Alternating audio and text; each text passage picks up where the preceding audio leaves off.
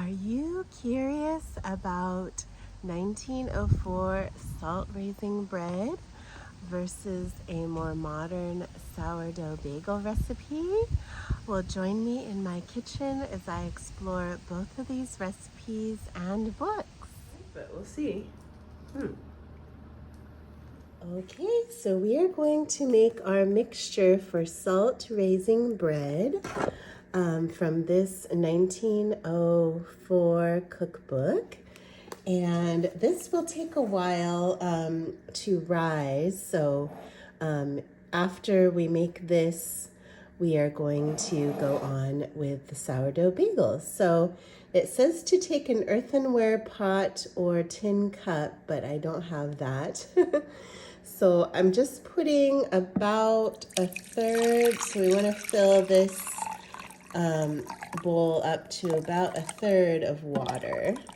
And we want it to be nice and warm, but not anywhere near boiling because we don't want to kill the kind of homemade yeast mixture we're making here. And then we want to put in a teaspoonful of salt. This is really interesting. So I'm going to put kind of a large teaspoonful of kosher salt here. And then a pinch of brown sugar. I'm putting a little extra just because I don't know how this works. And then, and it says coarse flour enough to make a batter like griddle cake. So kind of like a pancake batter. I'm assuming it's whole wheat flour, so we're going to add that in. And I'm going to stir this up. I think we're going to need more flour. So this is all kind of by sight and feel, as you can see. It's getting nice and bubbly. So let's get that mixed up. This is looking pretty. Let me know if you've ever tried salt raising bread. I've seen it in a lot of old cookbooks and I've never tried it before, so today's the day. Unfortunately, it's a very hot day today, so I'm going to be baking bread in the heat of the day later on, but that is okay. We will see how this works. So now this is looking like a pancake batter, so I think that's the consistency that they want.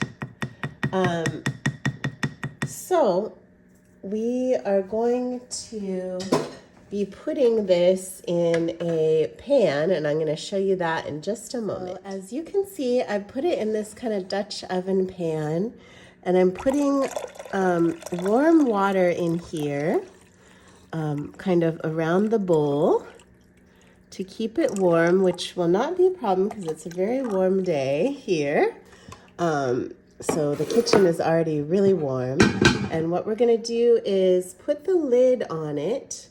And one thing before we go on to the bagels, I wanted to let you know that it said to scald the container. So I did pour boiling water inside and out of this bowl just to make sure that it's extra clean.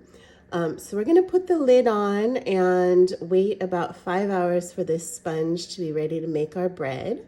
And little by little, we are going to add tiny bits of flour every so often. It says a teaspoon or two throughout the process. So I'm going to put a lid on this, set my timer, and then let's move on to our sourdough bagels. Now we're going to move on to a modified recipe from the Sourdough Bible.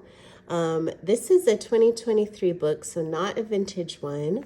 But I wanted to kind of compare and contrast the salt raising with this. And this is the book that I use to do a lot of my sourdough baking. I have modified the recipe a bit to include some whole grains, but we're going to kind of make the starter here first. So I have a cup and a half of warm water, not boiling, but just nice and warm. And then this does use yeast because it's kind of a quicker recipe. So we want 2 teaspoons of yeast. And then here I have my sourdough starter that I fed overnight. And we're going to add a cup of that. So sometimes I do the longer kind of overnight sourdough recipes, but a lot of times I like to use ones with a little bit of yeast just to make it a little bit quicker. And then we have 2 tablespoons of sugar. And hold on a minute, I'll be right back. My spatula. So we're going to stir this up just a little bit, and then we will let this kind of bubble up for about 5 minutes, and we'll be right back with the rest of the bagel recipe. All right, we're back to continue with the sourdough / yeast bagels. So what I like to do, I changed up this recipe a little bit. I take 2 cups of rolled oats. These are not quick oats. And then I put boiling water over them and let them soak for about 10 or 15 minutes. So I put that in there. It's almost like having a bowl of oatmeal along with your bagel. And then I like to put some wheat flour in there. The amount sort of varies a little bit, so let's start with 2 cups. And I also always add a cup of regular bread flour as well. And we might need to add more flour because the oats are pretty, kind of add a little more moisture to it. And then also I add in 2 teaspoons of salt. And I like to always use kosher salt. So here we are. That's looking really good. Bubbling away. So I just kind of eye it and I see if we need to add in a little more flour, which I'm pretty sure we will because this is a pretty sticky dough right now. We don't want it to be too dry, but also not too wet. So let's add a little more wheat flour. Let me know in the comments down below, what is your favorite kind of bagel? Do you like savory bagels or sweet bagels? I used to be a sweet bagel person. I really love these cinnamon crunch bagels or cinnamon raisin. I still like those on a rare occasion, but I'm much more into garlic and herb, or sometimes I make za'atar ones, or any kind of savory flavors are more of my favorite now. So this is coming together. What I'm gonna do is, let's get our floured mat over here, and we're gonna turn this dough. Actually, what I'm gonna do is I always divide it in half because I make about 8 fairly large bagels out of this. So I divide the dough in half and I make 4 of one flavor and 4 of the other. And in a moment, I will show you which flavors we're gonna be making today. So sometimes we need to dip in and get a little extra flour to knead this. I just kind of fold it in on itself. We don't need to knead this, don't need to knead this for very long. But I will show you kind of how I put the flavoring in, which is very non-scientific, but I love to do it this way. So I'm using a taco seasoning here.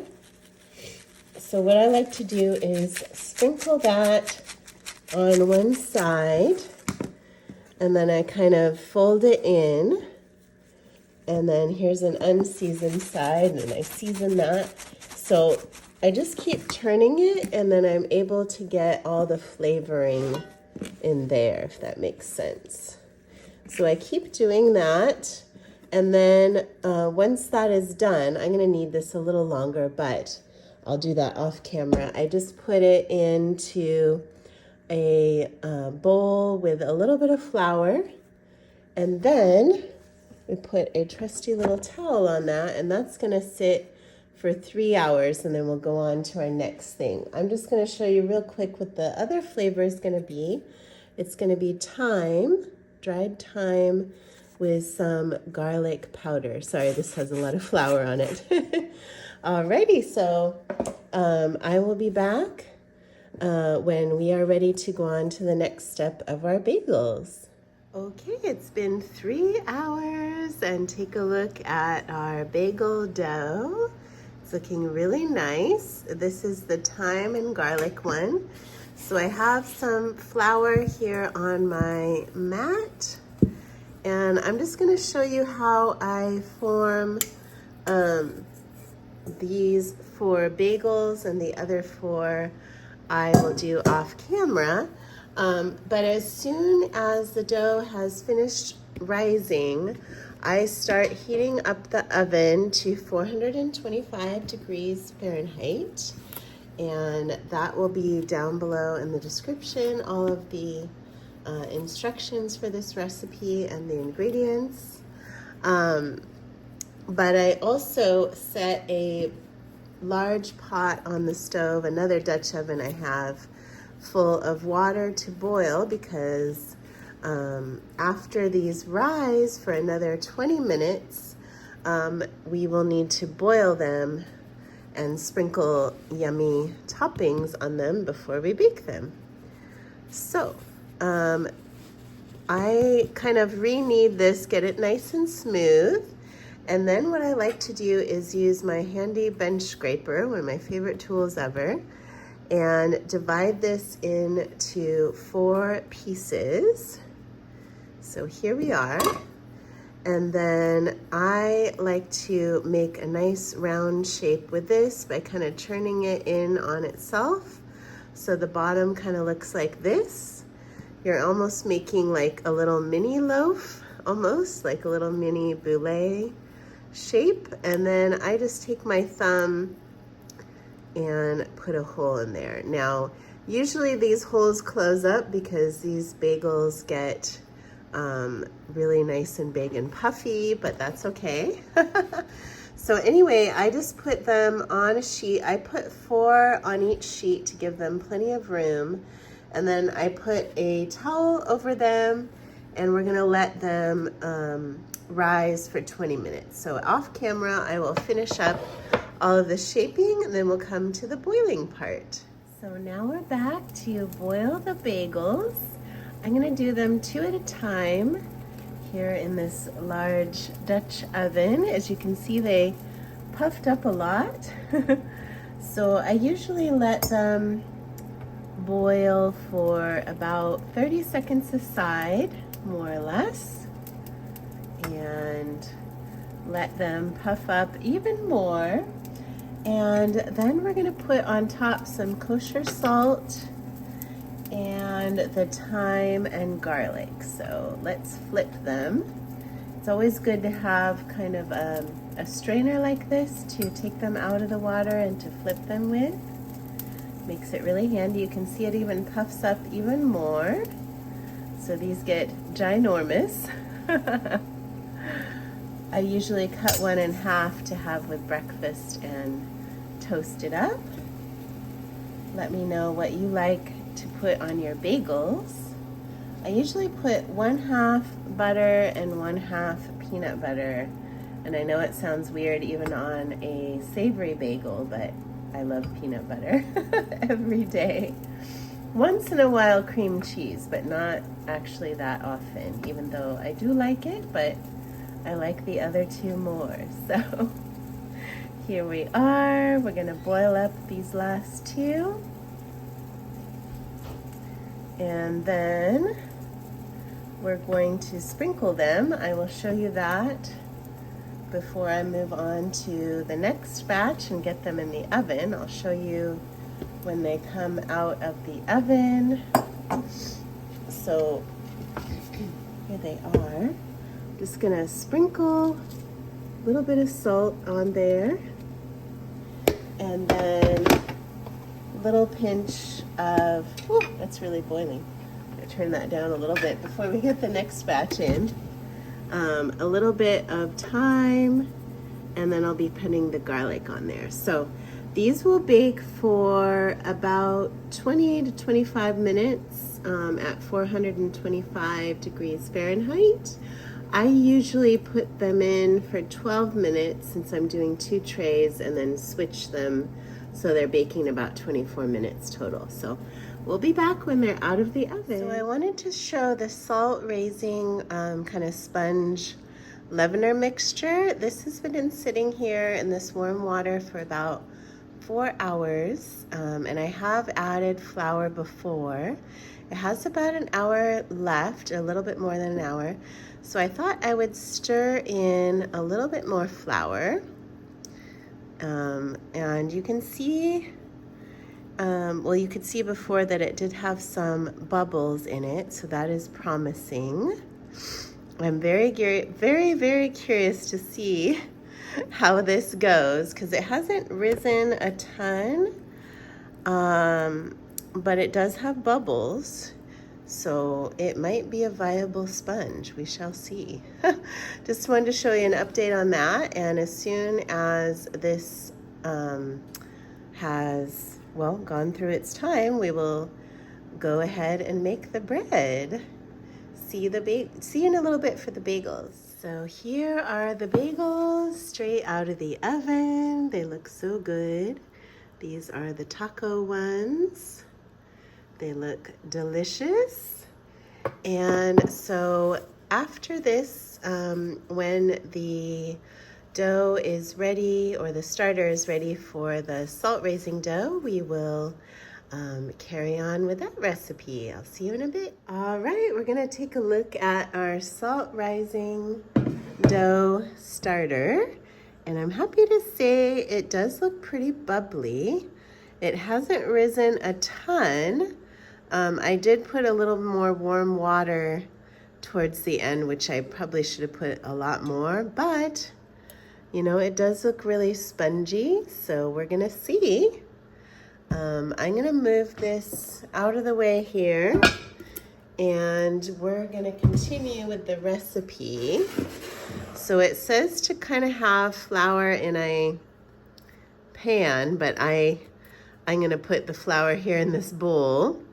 And then we're gonna pour in the sponge mixture, and then we're gonna pour in some warm milk. And depending on how this dough is, we'll add more flour. I have about a cup of bread flour and about a couple cups of whole wheat flour here. So let's look, one last look at these bubbles, and it's nice and jiggly, so I have high hopes. And I do have my pan sprayed with pan spray here. So we're supposed to pour this in the middle. That looks really nice. So I'm super curious about this. And then we're supposed to pour the warm milk here over that. And then let's stir it into a dough, but I have a feeling we are gonna definitely need, or probably going to need, to add more flour. So we're gonna stir it into a dough, and then we'll get it on the board to knead into our loaves and get those in the pans. And then we'll let it rise for an hour before we bake it. And I'm not quite sure what temperature to put the oven, because it said to put it in a steady oven, and I'm not sure, but I might default to 350 to 375 degrees. We'll see how that works. Oh, I realize there's a tiny bit more in here. We might as well get all of that good stuff in here and continue with our 1905 experiment here. All right, I actually think this dough, it's still soft, but let's get it out here on the board, because we don't want to add way too much flour. This might be enough. So it might differ with varying circumstances, but let's see if this is enough flour. It's nice and soft. I like that. Really excited to see how this turns out.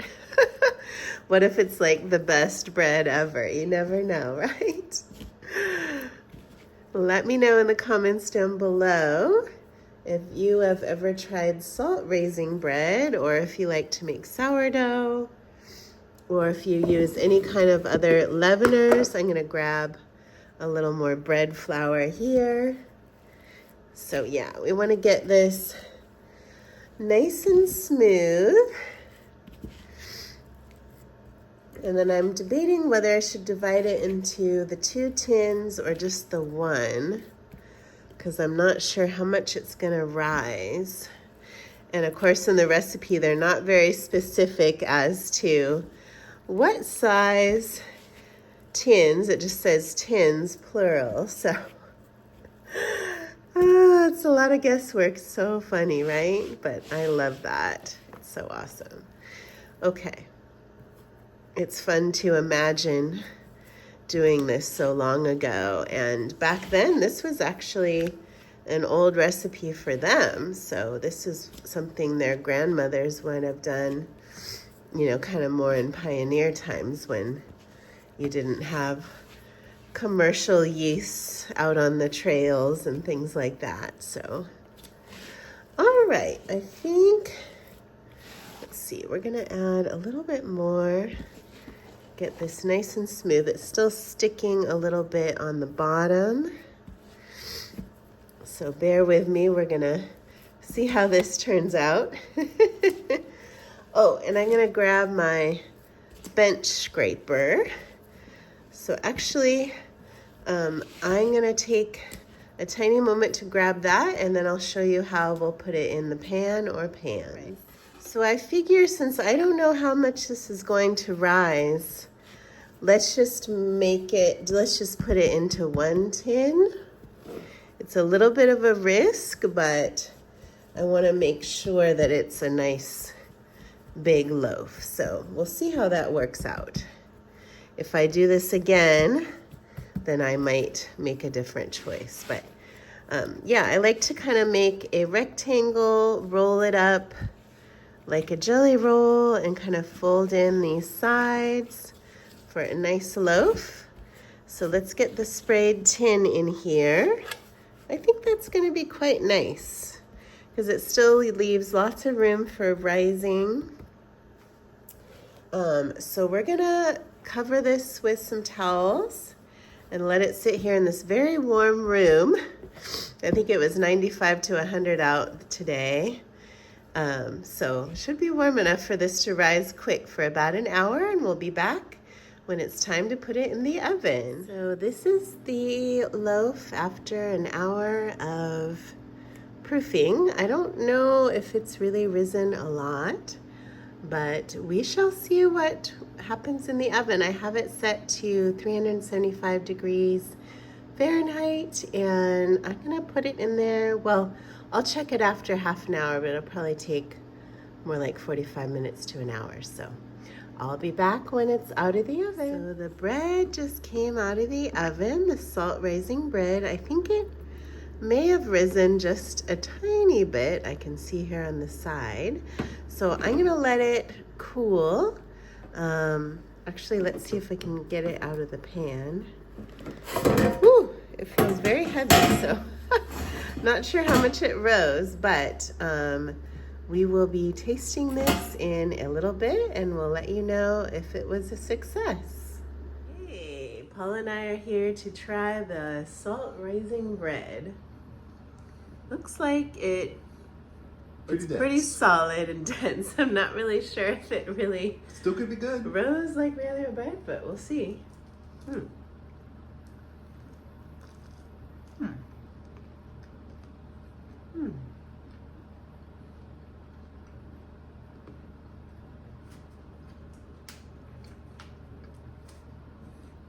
It's not too bad. It's funny because I think it could actually use some salt. But you're right, it could use some salt. Isn't that funny? I think maybe more salt after, you know, the salt raising part, because it doesn't You can see how super dense this is. It's Here's actually, another. it's not the piece. texture's not unpleasant. It kind of tastes like a soft pretzel. Yeah, actually, yeah, it is a lot pretzel-like. You know, I might try toasting this up and seeing. Yeah. It might just need a little toasting. But not bad. Yeah, I think maybe with some salted butter. Always. But yeah, salt raising bread could use a little more salt. Thanks so much. Welcome to the book chat section of this baking video. We are going to talk about two books, this one from 1904 and this one from 2023. So this one is the book I used to do the salt raising bread here. And I just wanted to read you a short bit because I love how these recipes in this particular book, this presidential cookbook, how they're kind of like little stories rather than, you know, the typical list of ingredients and, you know, straight instructions. So I love how they start out this recipe. It says, while getting breakfast in the morning, as soon as the tea kettle has boiled, take a quart tin cup or an earthen quart milk pitcher, scald it, then fill 1/3 full of water about as warm as a finger could be held in.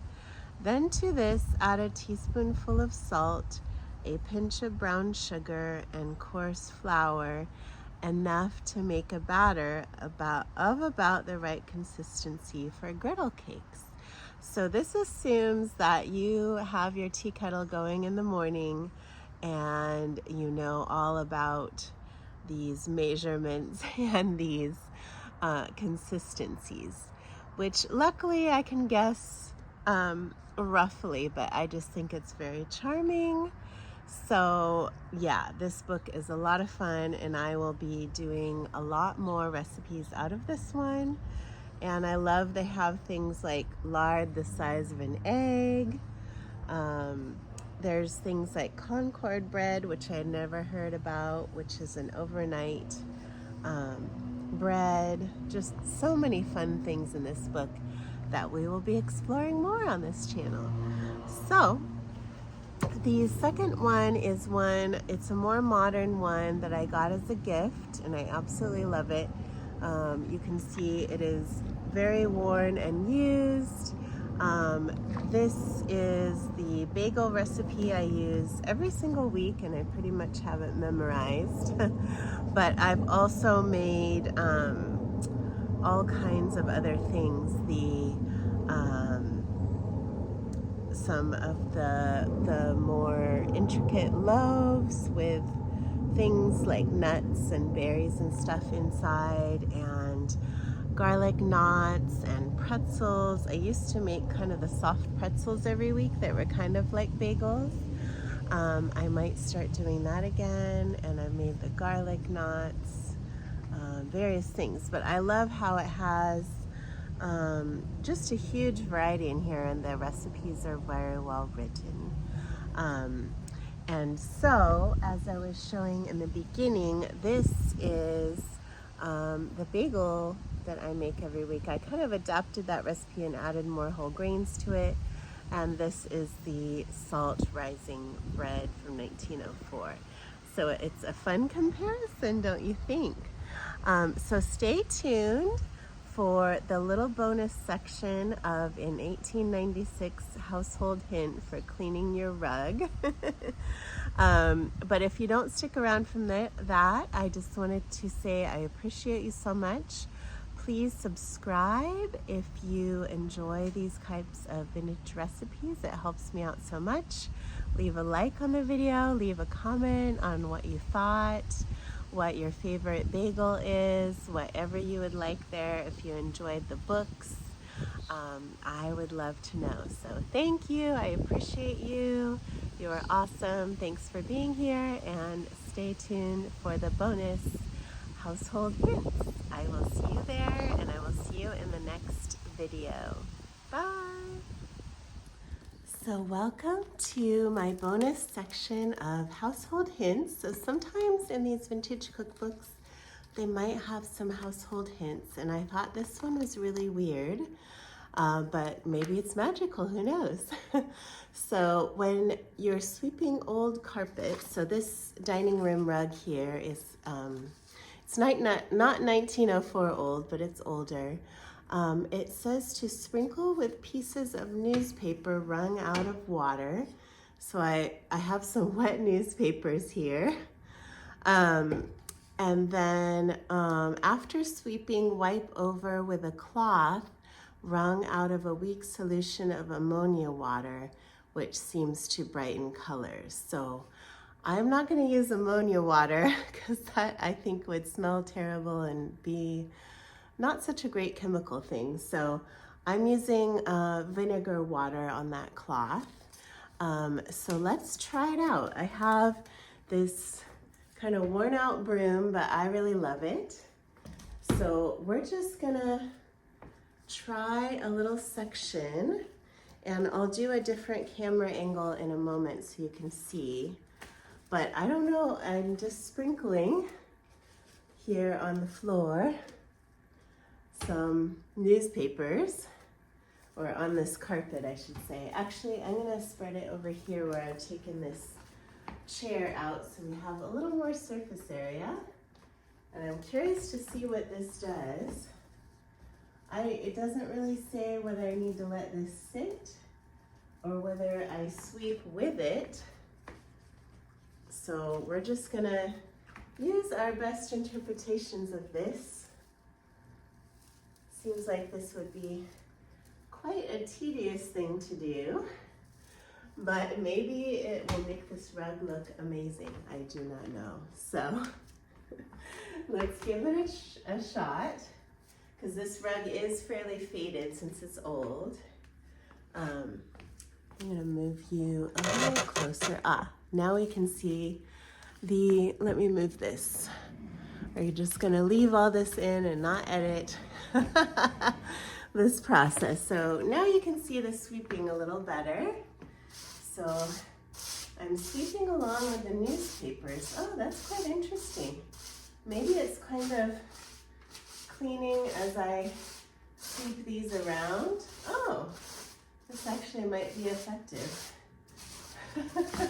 I think this would take a long time to, but maybe it's sort of absorbing some of the dust. That very well could be. Okay. Well, I'm just gonna do this little area to see how this works. I don't vacuum this rug quite as often as I just sweep it. So this is something I need to do today anyway.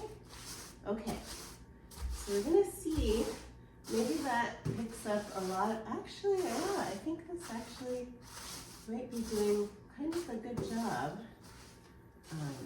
Although this would be a lot of work to do on a regular basis. All right, let's sweep those to the side. Now we are gonna take our cloth and kind of wipe this down. I bet this is a nice custom way to clean your carpet. Certainly a lot of elbow grease and good exercise here. So let's see if this makes a difference. It actually looks nicer than the other bits. So let's see. Maybe 1896 was right as far as old carpets go. Okay, so I'm gonna do a little section where I show you the older section of the carpet that wasn't swept this way and the new one with this household hint. I'll be right back. So this is the area that I swept with a newspaper, and I use this vinegar cloth. And then you can see the sections that I did not. And I do think this looks a little bit brighter, I'll have to say that. So maybe when I really want to renew this, here's some of the newspaper, I will do this sort of technique. So learning new things every day. So I'm going to come back on here to wish you well, and I'll see you soon. So thank you for watching this little bonus tip on this video with my trusty, really old broom that needs to be replaced. But it's fun to learn all kind of aspects of vintage cooking and vintage living. So I hope you enjoyed this, and let me know in the comments down below if you'd like me to do more of these bonus tips. So I will see you on the next vintage cooking video. Have a wonderful day.